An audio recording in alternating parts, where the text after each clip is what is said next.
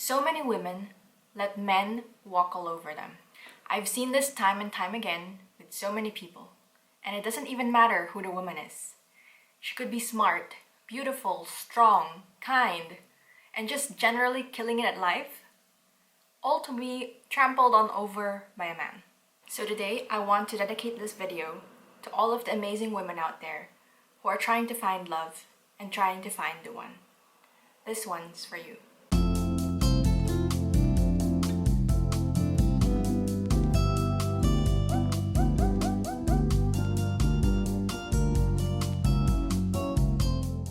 Hi, I'm Marielle, corporate working mom with a master in psychology.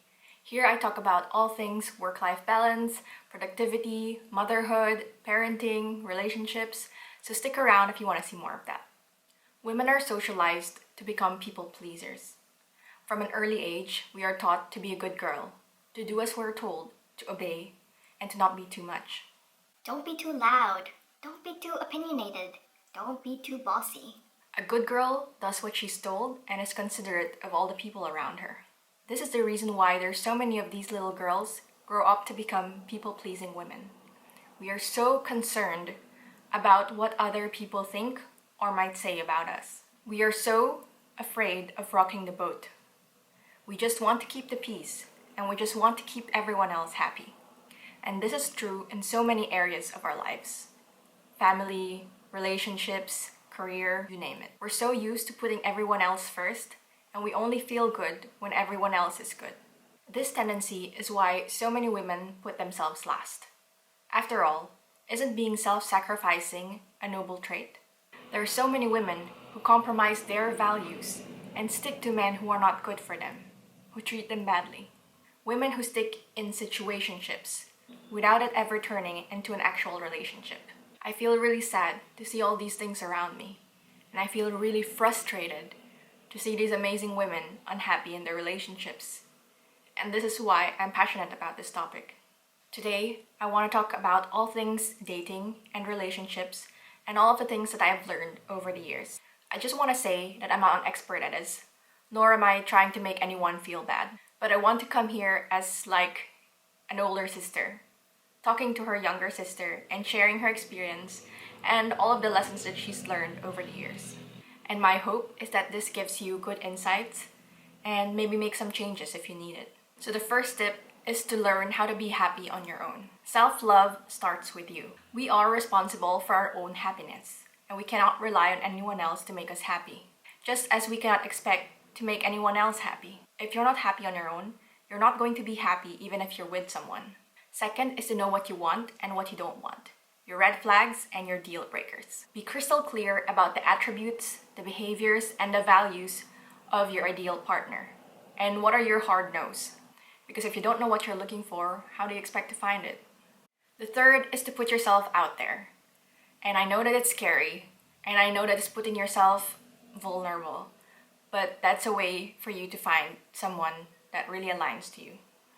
Put yourself out there and put yourself in situations or places where you could potentially meet the love of your life. However, take note that don't go to places where you won't find your ideal husband in.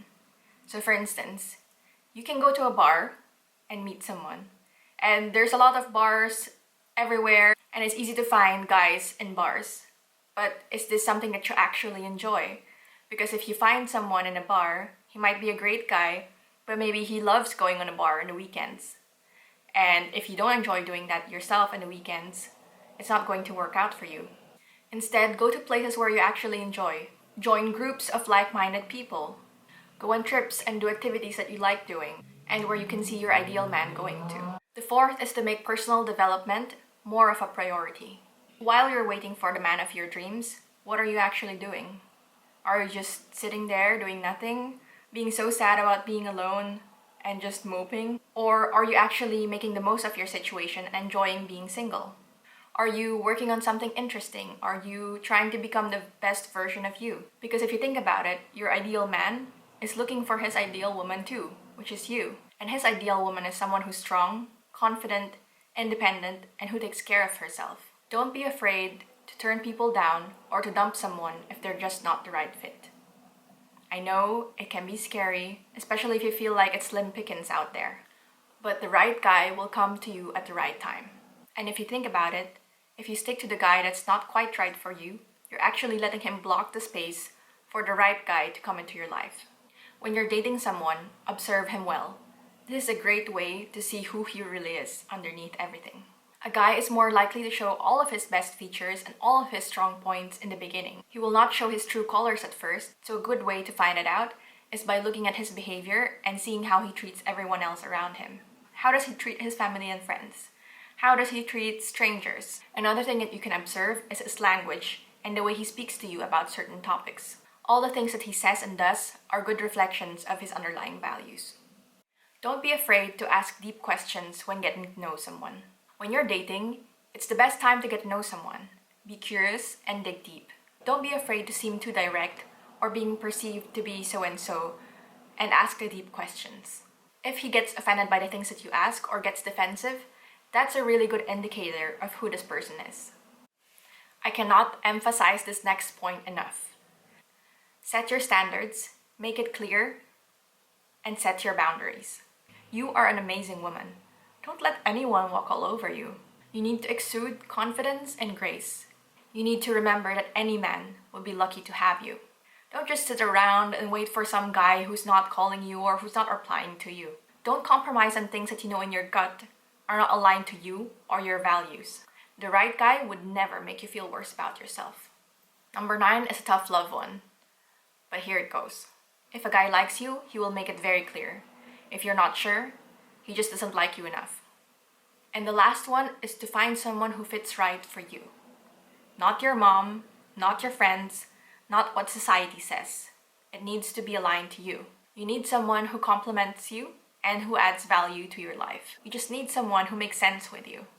If this is the person who will walk with you through life, this will be your partner, your closest friend, and your teammate.